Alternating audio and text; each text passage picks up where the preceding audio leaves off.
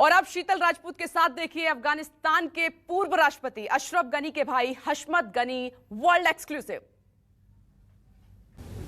नमस्कार, आप देख रहे हैं न्यूज 24। मैं हूं आपके साथ शीतल राजपूत और अफगानिस्तान पर लगातार कवरेज नॉन स्टॉप आप न्यूज 24 पर देख रहे हैं। और इस वक्त हमारे साथ सुपर एक्सक्लूसिव एक बेहद खास मेहमान जुड़ गए हैं, सीधे काबुल से हमारे साथ जुड़ गए हैं अफगानिस्तान के पूर्व राष्ट्रपति अशरफ गनी के भाई हशमत गनी। हशमत गनी साहब, स्वागत है आपका न्यूज 24 में। बहुत शुक्रिया हमसे बातचीत करने के लिए। आपके भाई तो अफगानिस्तान से बाहर हैं, लेकिन आपने चुना काबुल में ही रहना, अफगान लोगों के बीच में ही रहना। ऐसा क्या हुआ कि आपके भाई चले गए लेकिन आप पीछे रह गए, आप नहीं गए? देखिए, पहले तो आपका और आपको व्यूअर का और सारे जो इंडियन कम्युनिटीज है उनको सलाम। देखिए, बात के वो भी नहीं चलता था। मैडम लास्ट दिन उस पे ऊपर एक असैसिनेशन प्लॉट था और उसके मरने पे भी डर नहीं था मैडम। वो अगर मर जाता था तो बिल्कुल एक ब्लड बैथ हो जाता था काबुल में। हमारा ट्राइब भी छोटा सा ट्राइब नहीं है। हम 8 मिलियन अफगानिस्तान में है, 3.5 मिलियन पाकिस्तान में है। हमारे अपने लोग भी है, एफिलिएट्स भी है और ये भी है। और जो मैंने सोचा ये कि मैं पीछे कर और अपने लोगों के घर इतना ये कर दूं कि किसी को कोई प्रॉब्लम हो, कोई मसला हो जाए, कोई इनसिक्योरिटी नहीं होते। और जो बिजनेस कम्युनिटी है, इंटेलेक्ट है, जो जितने लोग हमारे साथ हुए और वो जो पीछे थे उसका भी कोई बुरा नहीं। और मैंने जो तालिबान को भी कहा है कि मैंने आपको गवर्नमेंट को एक्सेप्ट किया, मैं ज्वाइन नहीं करूंगा आपका गवर्नमेंट। आप ज्वाइन नहीं करेंगे आपने, लेकिन आप सपोर्ट कर रहे हैं उनको ना, समर्थन कर रहे हैं आप उनका। देख रहे, मैंने जो लिंकेज है इसलिए है कि कोई डिस्टर्बेंस ना हो, कोई इनसिक्योरिटी नहीं हो, कोई किसी को।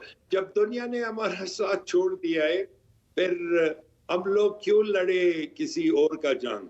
हमने तो सारी 40 साल से ज्यादा दूसरों का जंग लड़ा है।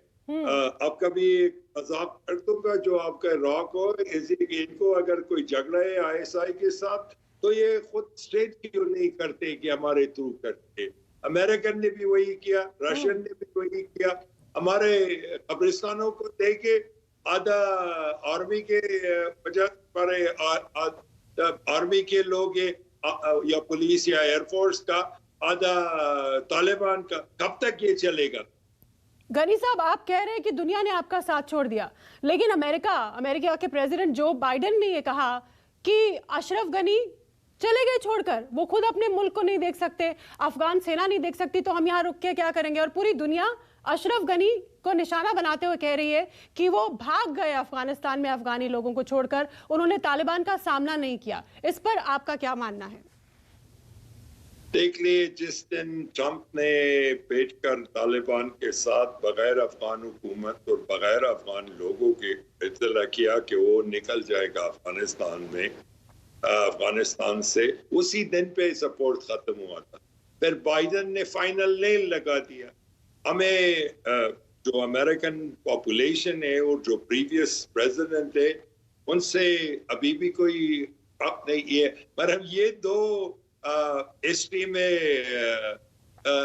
जितना रिलेशनशिप ये लॉस करेगा over trust of the other countries, वो टाइम पे दिखाएगा। जितना ज्यादा बाइडेन और ट्रंप किया अफगानों के साथ, किसी ने नहीं किया। लेकिन हशमत गनी, ये एक प्रोपेगेंडा है क्या फिर अशरफ गनी के खिलाफ, जो ये कहा जाता है कि वो प्लेन में बहुत सारे पैसे भर के चले गए और वो छोड़कर भाग गए? क्या ये उनके खिलाफ नेगेटिव पब्लिसिटी है? अशरफ गनी है कहाँ इस वक्त, और उनका आगे के लिए क्या प्लान है, क्या विचार है? क्या कभी अफगानिस्तान लौटेंगे? देख लिए, अशरफ गनी प्लेन से यहाँ से निकल कर उज़्बेकिस्तान प्लेन पे था, FSP ने चेक किया, फिर भी उधर से UAE अबू धाबी में भेजा।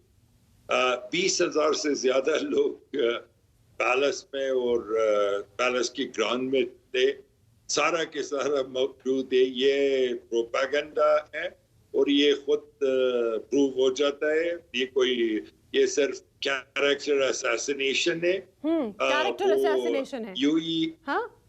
यूई के पॉलिसी के और नॉन पॉलिटिकल स्टेटमेंट की वजह से वो कुछ स्टेटमेंट नहीं देता है और आउट ऑफ रिस्पेक्ट फॉर यूई, जब यूई से निकल जाएगा या दोबारा आ जाएगा, सारा एक बातें क्लियर हो जाएगा। तो मतलब वो यूएई में है अभी और उनकी पॉलिसी की वजह से वो अभी खुलकर बयान नहीं दे रहे हैं, और बाहर जब वहां से निकलेंगे तो शायद अशरफ गनी की तरफ से, हालांकि ये क्लैरिफिकेशन अशरफ गनी ने दिया था कुछ रोज पहले कि ऐसा कुछ नहीं है। सिर्फ फेसबुक पे बस ये क्लैरिफिकेशन दिया था। हाँ, अच्छा, ये सारी दुनिया के अंदर ये क्यूरियोसिटी है हशमत गनी साहब कि आपकी फौज, मतलब अशरफ गनी की फौज, अफगान फौज हर शहर में लड़ रही थी तालिबान के साथ। हम पिछले महीने लगातार देख रहे थे शहर दर शहर जब तालिबान कैप्चर कर रही थी तो अशरफ गनी और अफगान फौज जो थी वो सामना कर रहे थे उनके। फिर अचानक हमने देखा कि 2 या 3 दिन के गैप के अंदर तालिबान काबुल में घुस गए और अचानक फौज भी चली गई, फौज गायब हो गई, अशरफ गनी चले गए। तो ये एकदम से ये कैसे हालात बदल गए? एकदम से नहीं होता, पहले से हुआ था।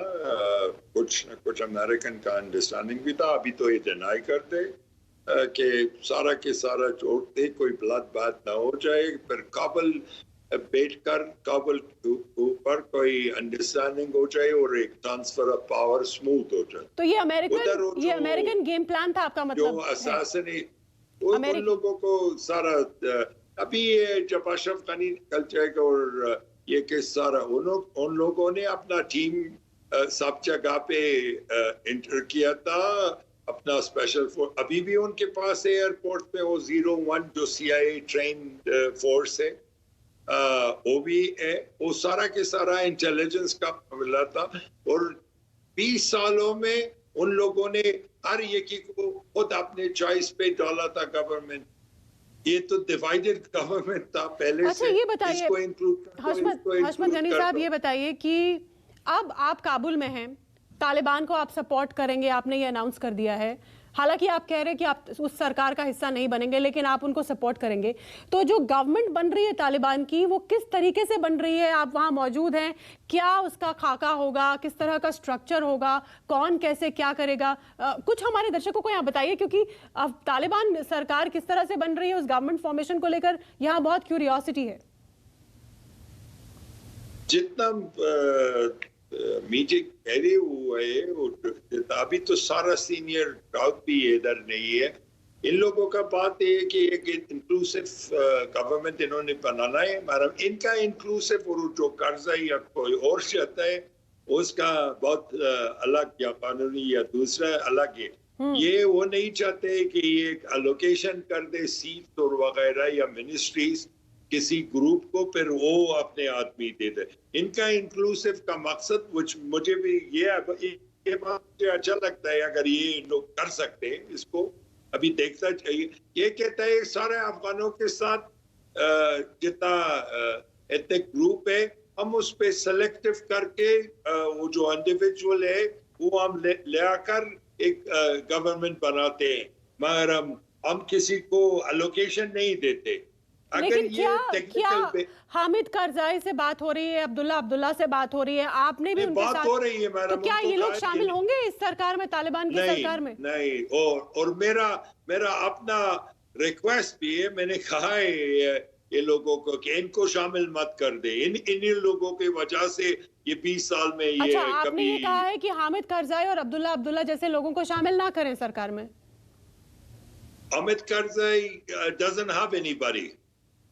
Abdullah also is left alone. वो अकेले, ये जो इकमतियार और वॉरलॉर्ड थे, जो माँ के को खलीफी तो निकल गए, वो तुर्की गए पाकिस्तान से। वो मेरा ख्याल है उनको जब पता चला गया कि उनको कुछ नहीं मिलता है, वो निकल कर भाग गए।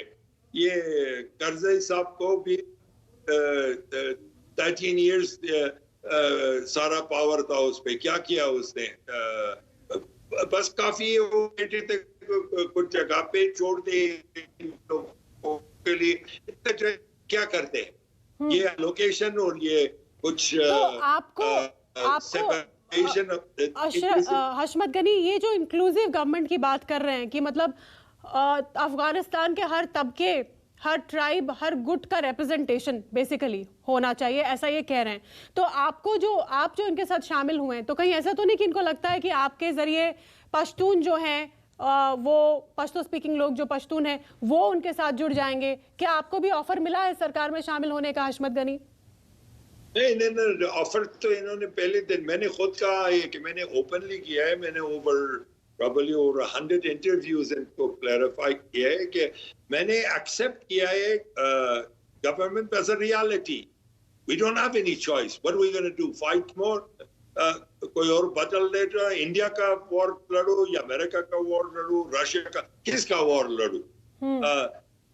हमें ये कबूल करना है कि वो उन लोगों को अभी पावर मिल गया है। लेकिन हशमत गनी, आज की तारीख में आपके भाई को इतना खतरा था, इतना बड़ा थ्रेट था कि तालिबान चाहते थे कि वो देश में ना रहे, अगर रहते तो वो उन्हें शायद असैसिनेट कर देते।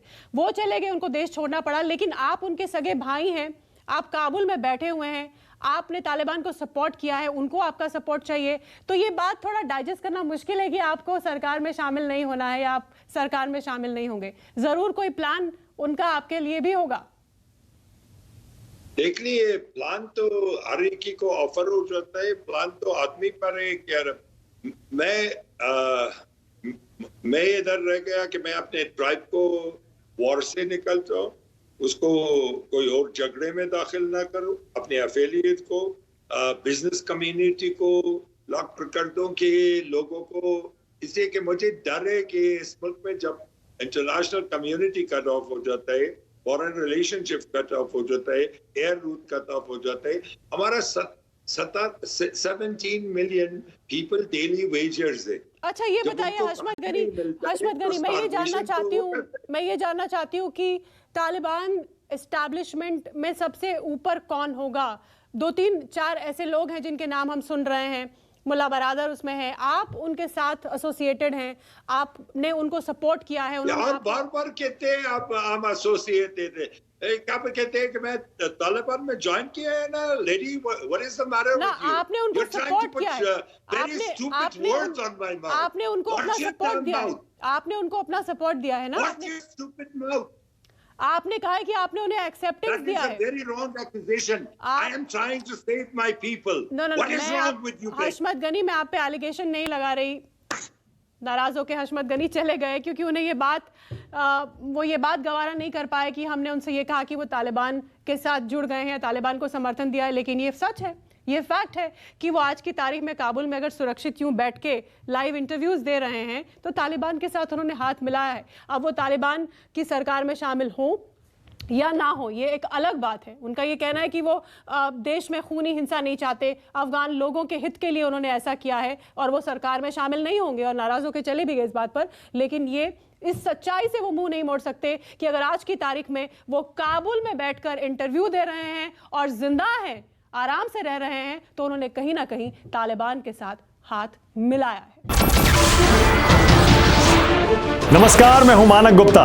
अगर आपको हमारा ये वीडियो पसंद आया हो तो इसे लाइक और शेयर जरूर करें और हां, हमें सब्सक्राइब और फॉलो करना ना भूलें ताकि आप देश और दुनिया की कोई खबर मिस ना करें। तो जुड़े रहिए हमारे साथ और देखते रहिए न्यूज़ 24।